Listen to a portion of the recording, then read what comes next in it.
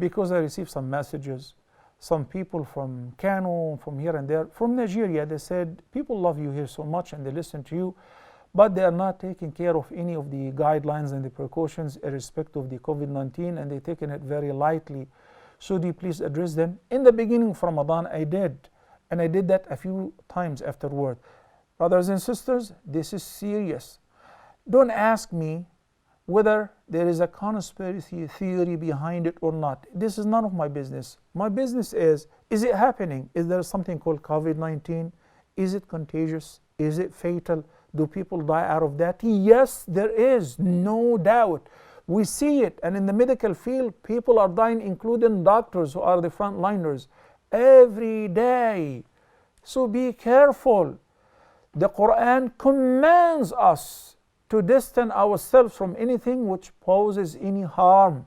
And it becomes haram, forbidden for any person to come close to any harm. So we know for certain, and you're a doctor, Brother Yusuf, you're a medical doctor, you know it is serious, it is contagious, and it is fatal for the elderly and those who are having chronic ailments, renal failure, liver cirrhosis, pulmonary diseases, hyper or hypotension, diabetes.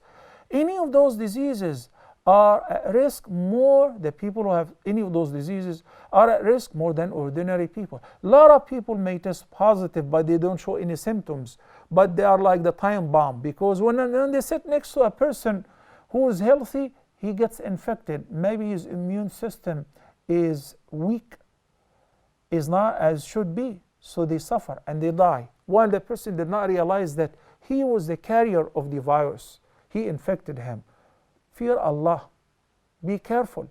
If it is not for yourselves, it is for the elder. It is for the people who are among us living with chronic ailments and diseases.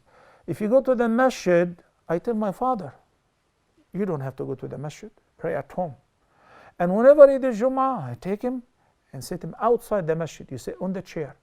If you go to the masjid, Dr. Yusuf, take your janamaz, your prayer rug with you. You can even pray outside in an open air. MashaAllah, the masajid in Nigeria, I've witnessed a lot of Jumu'ahs. I've given a lot of khutbah in Abuja, in Kano, here and there. So I know the magnitude of the people, and it is very crowded. So pray outside. Use your prayer rug. Wear your mask. Disinfectant. Alcohol 70%. Okay? No shaking hands whatsoever. Even if the Imam says, Yusuf, I miss you so much, give me a hug. No hugging today, Sheikh. Stay safe. This is my advice to everyone. Please, please, please, in order to minimize the spread of the infection. Look what the Prophet ﷺ said, speaking about the first quarantine in history. He said, if such contagious diseases spread anywhere, in any city, those who are in it should not leave it. And those who are outside should not enter the city, not to get infected. And those who are infected or possibly carrying the virus should not leave because of possibility of increasing the infection and spreading the virus whereas. Then he says, sallallahu alaihi wasallam, those who stay in their houses, in lockdown, yani, this is the current term, they stay in their houses, صابرا محتسبا يعلم أنه لا يصيبه إلا ما كتب الله له كان له أجر شهيد.